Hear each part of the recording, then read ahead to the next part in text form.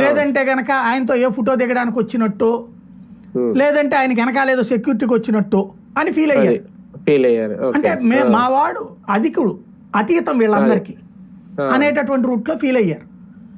ఆ ఫీలింగ్తో పట్టించుకోలేదట. అప్పుడు ఒక అధికారి, మంచి హానెస్ట్ ఆఫీసర్ అట, ఇళ్లలో కమిషనర్ గారితో డైరెక్ట్గా ఫోన్ చేసి ఎట్టుంది, ఏం చేయమంటారు సార్ అన్నారట. ఎత్తుకొచ్చేయండి అన్నారట.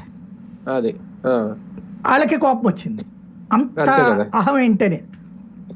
అప్పుడు వెళ్ళారట బెడ్రూమ్లోకి రమ్మనమని. అప్పటిదాకా నోటీసు తీసుకోవడానికి కూడా బెడ్రూమ్ దగ్గరే, లోపల అసలు పట్టించుకోవాలా, లోపల వాళ్ళు టీలు తాగుతున్నారు, కూల్ డ్రింకులు తాగుతున్నారు అంతా. వీళ్ళని అసలు అదేదో పనోళ్ళని చూసినట్టు చూశారనమాట. దానివల్ల ఇంత సీరియస్ అయ్యింది. ఈ విషయాన్ని రేవంత్ రెడ్డి అక్కడికి వచ్చినటువంటి సినిమా రంగానికి సంబంధించిన వాళ్ళకి చెప్పారు అన్న మాట వినబడుతుంది. ఇది ఎంతవరకు నిజమో తెలియదు కానీ ధృవీకరించబడినటువంటి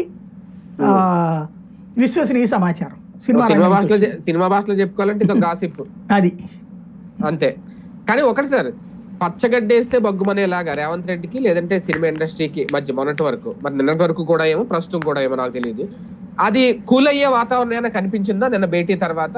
ఒక రకంగా రేవంత్ రెడ్డి అంటే ప్రభుత్వం తీసుకున్న నిర్ణయాలు, ఈ బెనిఫిట్ షోలు ఆపేస్తామని ఇవన్నీ కూడా ఎక్కడ తగ్గినట్టు అయితే ఏమీ కనిపించలేదు అనేది. లోపల ఏం జరిగిందో పూర్తిగా నాకు అవగాహన లేదు. కాకపోతే అది ఏంటి, సినిమా ఇండస్ట్రీకి అతను చెప్పిన లాజిక్ ఒకటి నేను విన్నదైతే విశ్వసనీయంగా, ఓకే, మీరందరూ